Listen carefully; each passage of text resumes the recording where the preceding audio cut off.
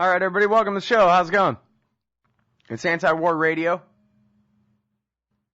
I'm Scott Horton, and we're starting off right now with our first guest. It's Andy Worthington. His website is andyworthington.co.uk. andyworthington.co.uk. He also writes for antiwar.com, the Future Freedom Foundation, Huffington Post, I think, and Truth Out, and all kinds of things like that. He's also, of course, the author of the Guantanamo Files, the story of 759 detainees in America's illegal prison, and made the documentary film Outside the Law. Welcome back to the show, Andy. How's things? Hey, Scott. All right, busy, I have to say. Yeah, I guess so. Well, you know, anybody, if you looked at antiwar.com this morning, you see the top headline is WikiLeaks lifts lid on Guantanamo. What's going on here? Well, that's kind of it, really. It's the disclosure of documents prepared by the Joint Task Force at Guantanamo for Southern Command, analyzing the status of the prisoners at Guantanamo in documents from 2002 until 2008, maybe even early 2009. Basically, their recommendations on whether prisoners should continue to be held, whether they should be released or transferred, as they always put it, nobody to be released outright, and the basis of the reasoning, which is, I think, where the most interesting part of the document. I mean, there are a number of interesting factors. There are health assessments, for example, which is not something we've seen before, but there are detailed analyses of how they've come about their decisions about how dangerous these prisoners are supposed to be, and what's really been turning up in those analyses is basically a procession of unreliable witnesses. Either people who we know were held in CIA secret prisons and were subjected to torture, or prisoners in Guantanamo whose stories have emerged at various times over the years, demonstrating that they're unreliable. They're informants within Guantanamo. They have been regarded as reliable on occasions by the military, but on other occasions, their reliability has been called into doubt by the authorities themselves.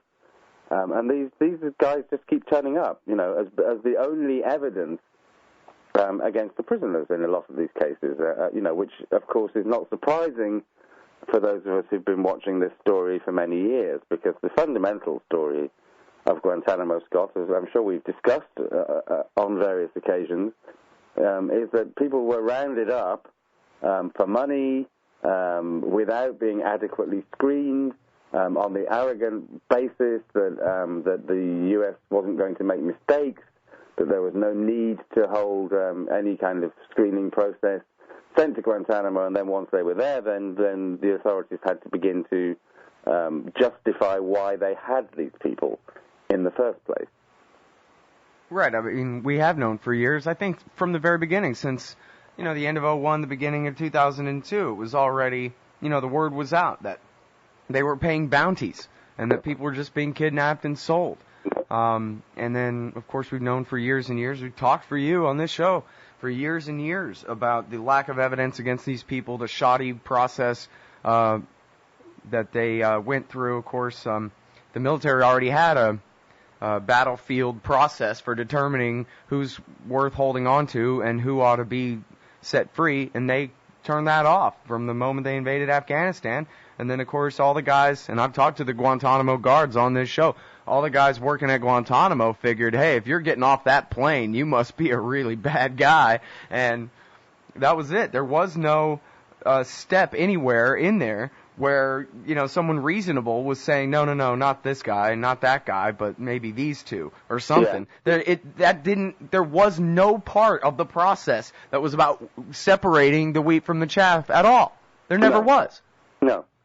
No, and what these documents reveal is that, one of the things that's come out is, for the first time is the analyses of the first 200 people who were released from Guantanamo. These people were released in between 2002 and the summer of 2004. And although some of these stories have come out, through released prisoner stories or through media reports, no official U.S. documentation about these first 200 to be released has ever emerged. And I'm glad to say that, that the media partners who've been working with WikiLeaks on these documents, the Washington Post and McClatchy in the United States and various newspapers in Europe, have been picking up on, on the extent of the innocent and completely insignificant people revealed in these documents. So, we've had these analyses before. In 2006, for example, when Seton Hall in New Jersey did an analysis of 500-odd documents released by the Pentagon of their allegations and went through those and said, look, of these guys, we've only got, 8% who are even alleged to have had any involvement in Al-Qaeda, let alone whether that's accurate or not. That's only 8% are alleged to have had any involvement. And that wasn't even counting these 200. So these 200 have turned up, and these are all these, these shocking stories, really. A lot of Afghans, a lot of Pakistanis, the taxi drivers and the farmers who were rounded up, and just an endless parade of these stories because, of course, there was no screening process in place. And that kind of adds even more weight to what was already known about how few of the people who were supposed to have been seized actually ended up at Guantanamo. So that's a big thing, and I'm glad that it's been picked up on, Scott, because it fills in a little bit more of the picture for those who really want to know what's been going on, and I hope people are going to pick up on that. Yeah, well, I want to be clear here because I think I'm confused. Now, are you saying that there's 200 people in here that aren't in your book that were previously unknown to you? Well, no, because I managed to find out the stories of some of them for my book, and since then I found out the stories of some of them and put them on my website. I mean, some of them, Tom Lasseter, a McClatchy reporter, went to Afghanistan and Pakistan a few years ago for an award-winning series where he tracked down a lot of former prisoners and spoke to them. Some of them are those guys. They have some of them spoken before. Some of them spoke to the media on their release. Some of them were approached afterwards by human rights organizations and spoke about what happened to them. By my reckoning, and how meticulously I've tried to keep count of everybody and tell what's known of their stories, Scott, about 85 of these are completely new.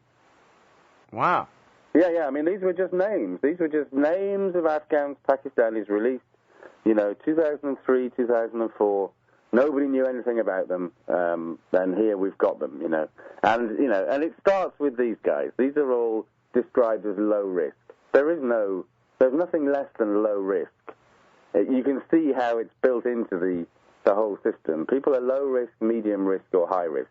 Well, if innocent people are low risk, you can see how devalued the whole way of assessing people is, yeah? Yeah. If innocent people are low risk, what does that make medium risk? Possibly somebody who's totally insignificant. Right. Well, yeah, as long as it's all arbitrary and capricious and everything. By the way, I want to take 1 minute here to pick on Charlie Savage.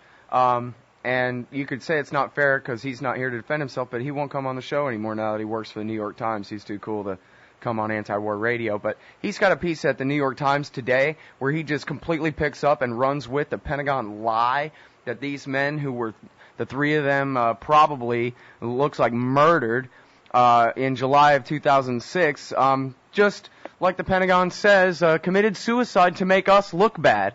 And pretends, or at least his editors pretend, that the other Scott Horton never wrote a giant investigative piece about this in Harper's Magazine, that there's no reason to doubt whatsoever. These three guys committed suicide on the same night just to hurt America. Asymmetric warfare, the Times says this morning.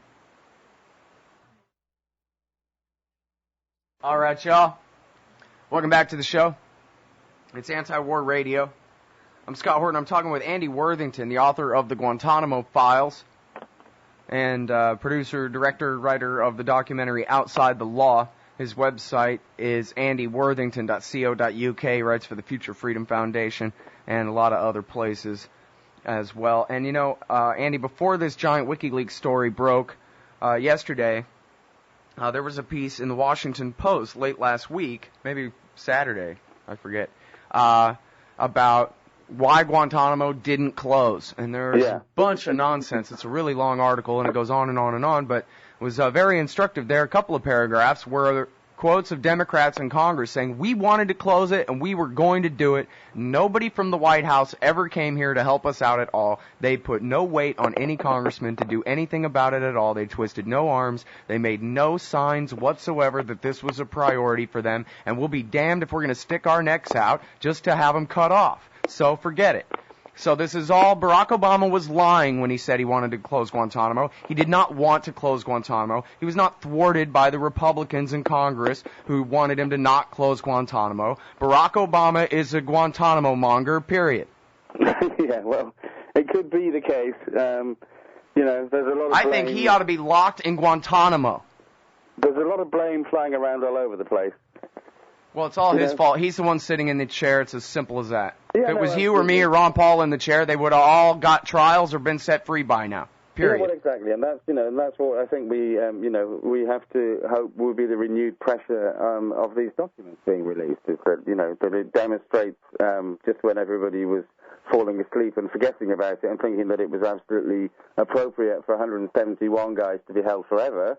Actually, no, it's not. It never has been. What we're dealing with is a few dozen people who have an involvement with terrorist activities, allegedly, and the rest of these people, we can see from the documents, they're being, it's kind of, what you have is foot soldiers, and they're being pumped up. They're trying desperately to make them into terrorists, and there's simply not the evidence there.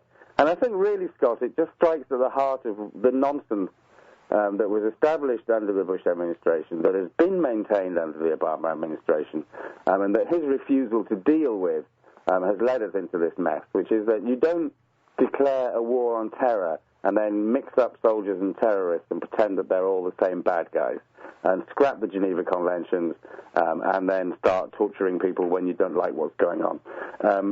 All of it's wrong. All of it needed to be addressed. The failure to address it has led to a bunch of lunatics taking over the airwaves, it seems to me, in the United States and proclaiming how tough they are because they torture people, because they no longer respect domestic or international laws. None of this is the right way to behave. What is the point of having a prison at Guantanamo that doesn't hold America's enemies, holds a bunch of nobodies, holds a bunch of people who went to fight a civil war in Afghanistan 10 years ago that nobody remembers anymore? These are not terrorists. By all means, prosecute the 36 men that the Obama administration's task force recommended for prosecution. But let's stop the nonsense about the rest of it. Let's stop pretending that there are 48 men who are too dangerous to release, but there's no evidence to put them on trial. That means it's not evidence, yeah? And one of the things that comes out in these documents, and that I hope people will be able to look at and see for themselves, is that, no, it's not evidence. They're not too dangerous to release. Where is the evidence? It's not. It's a bunch of very, very dubious allegations made by these men's fellow prisoners when they were either held in secret prisons or were held in Guantanamo in dubious circumstances. It's time to bring this farce to an end, Scott. Yeah, well, it's way, way past time. It's kind of fun to hear your optimism that maybe this will change the conversation a little bit or something. Good luck with that.